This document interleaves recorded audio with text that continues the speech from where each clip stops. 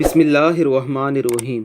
दुनिया में किसी आमिर डिक्टेटर या फ़िरौन सिफ्त हुक्मरान ने भी अपने मुखालफिन की आवाज़ों को इस कदर नहीं दबाया होगा जिस कदर जदीद सेकुलर लिबरल और आज़ाद मीडिया ने इस्लाम, इसकी अज़मत रफ्ता और इसकी नशात सानिया की अलमबरदार आवाज़ों का गला घोंटा है, यहाँ तक कि उनका मुकम्मल बाइकाट किया है। आज़ादी इजहार का अलमबरदार ये मीडिया जदीद दुनिया का सबसे बड़ा फ़िरौन है, जो अपने सेकुलर लिबरल और नीम फहश तस्वुर इजहार के मुकाबले में ज़रा सी आवाज़ भी सुनना पसंद नहीं करता और 24 घंटे अपनी मर्ज़ी के ख्यालात, अपने तस्वुर ज़िंदगी और अपनी अखलाकी पस्ती का जहर अवाम के कानों में उंडेलता और आँखों के रस्ते जहनों के पर्दों को आलूदा करता रहता है। गुज़िश्ता तकरीबन 20 सालों में पाकिस्तान में इस नो आज़ाद मीडिया ने यह दावा किया था कि हम आवाम को वो कुछ दिखाएंगे जो असल में आवाम देखना चाहते हैं, इसलिए कि माजी के हुक्मरानों ने लोगों को सच नहीं दिखाया, मगर उन्होंने इस दावे के बरअक्स झूठ को अपना ओढ़ना बिछौना बना लिया। मुशर्रफ हुकूमत की लादीनियत और वर्ल्ड ट्रेड सेंटर पर हमले के बाद दहशतगर्दी के खिलाफ आलमी जंग की बरहना तलवार इस आज़ाद मीडिया के हाथ में ऐसी आई और उनने इस तस्वर को मसख करने की कोशिश की जो मुसलमानों के दिलों और अजहान में अजमत रफ्ता के रोशन चिरागों की तरह आज तक जिंदा था। हालात हाजरा के चैनलों पर हर उस आवाज़ का जो मुसलमानों की गैरत और हमियत का अलमबरदार थी, उसका ये कहकर बाइकाट किया गया कि इसके ख्यालात नफ़रत अंगेज़ यानी हेट स्पीच में आते हैं। ये मुतासब चैनल ख़ुद को एक मंसूबे के तहत आज़ाद और वसील मशरब साबित करने के लिए इस्लाम के हवाले से कमज़ोर आवाज़ों, बेचारे मासूम उलमाए कराम और जज्बाती नौजवानों को बुलाकर उनके लत्ते लेते और यूँ उन्हें बेइज्जत करते। इसकी मुतअस्सब तरीन मिसाल ये है कि कारोकारी दरअसल सिंध तहजीब का मामला है जिसका इस्लाम की तालीमात से कोई तल्लक नहीं। इस तरह सवारा या खून के बदले औरत का रिश्ता दरअसल पश्तून तहजीब का मसला है, लेकिन जब भी कभी ऐसा कोई वाक़या होता है ये टीवी एंकर्स किसी सिंधी कौम परस्त को बुलाकर रुसवा नहीं करते और ना ही किसी पश्तून कौम परस्त से पश्तू रवायात का पूछते हैं, बल्कि मौलवियों को बुलाकर इस्लाम को रुसवा करते। हालात हाजरा के चैनलों के आगाज़ और टॉक शोज़ की आमद ने पाकिस्तान में मकबूल तरीन ड्रामे की सन्नत को इस कदर तबाह बर्बाद किया कि 90 की दहाई में जो प्राइवेट प्रोडक्शन अपने उरूज पर थी, इसके ऐवानों में धूल उड़ने लगी।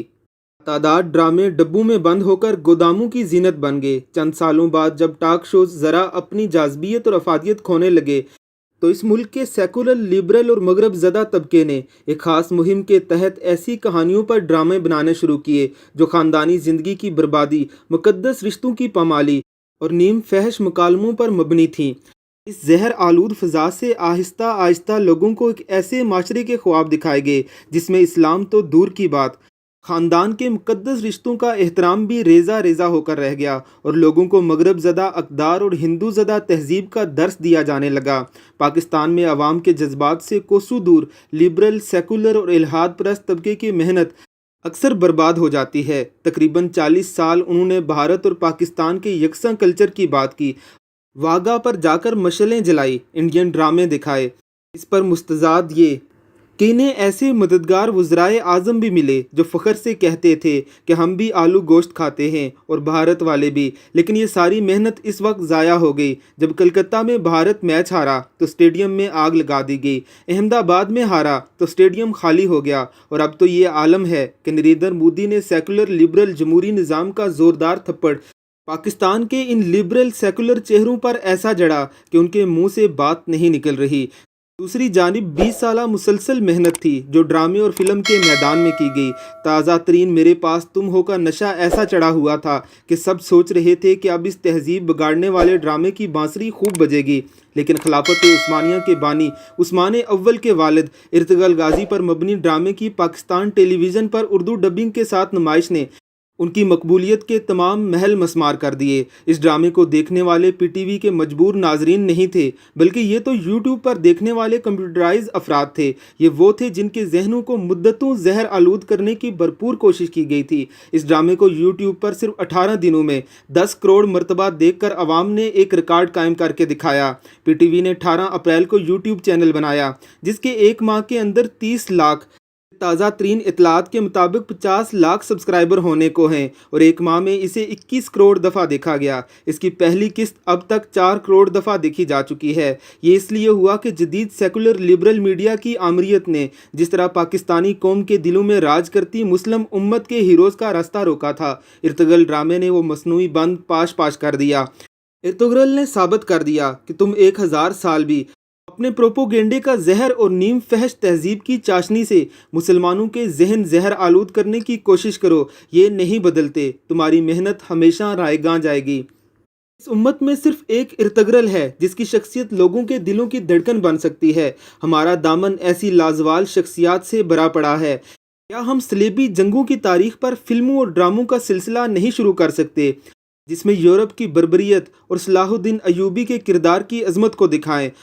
آج سے 20 سال قبل جب قبائلی رسم و رواج پر میرا ڈرامہ سیریل گرد و باد نشر ہوا تو اس کو کتابی صورت میں چھاپتے ہوئے میں نے دبیچے میں تحریر کیا تھا۔ اکثر ہوتا ہے کہ جن لوگوں نے سیریل دیکھا ہوتا ہے وہ کتاب نہیں پڑھتے اور جو کتاب پڑھ لیتے ہیں وہ سیریل نہیں دیکھتے، لیکن کچھ ایسے بھی ہیں جو یہ دونوں کام کر گزرتے ہیں۔ ایسے لوگ کسی ایک فیصلے پر ضرور پہنچتے ہیں، وہ یہ کہ ایسا کہنا مشق ہدایت کار ہی تھا ورنہ تحریر میں تو جان نہ تھی، یا پھر یہ کہ ڈرامہ پڑھ کر پتہ چلا کہ اسے کسی بہتر پیشکار کی ضرورت تھی۔ 20 سال پہلے یہ میرا خواب تھا کوئی بہتر سہولیات ڈرامے کو میسر ہوں، لیکن آج یہ میری آرزو ہے۔ اگر الیگزینڈر سے لے کر کلوپترا اور سیزر سے لے کر چنگیز خان تک مغرب کے ہالی ووڈ کا چہرہ ہے تو عمر بن خطاب سے لے کر خالد بن ولید اور محمود غزنوی سے لے کر محمد بن قاسم تک ہماری میراث ہے۔ کون ہے جو اورنگزیب عالمگیر کے چہرے سے جھوٹی تاریخ کی نقاب الٹے، محمد بن قاسم کے کردار سے پروپوگینڈے کا زہر ختم کرے؟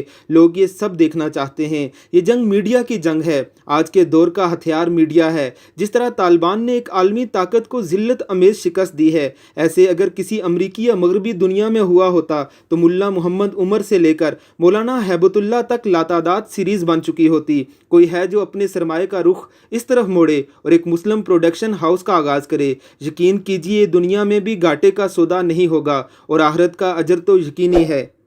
اللہ رب العزت اوریہ مقبول جان کے درد دل کو سننے والا کوئی پیدا فرمائے۔ کاش کہ امت مسلمہ سے کوئی شخص اٹھ کر آج ہی اوریہ مقبول جان کی یہ آرزو پوری کر دے۔ اللہ رب العزت اوریہ مقبول جان کے علم و عمر میں برکت عطا فرمائیں۔ آمین ثم آمین۔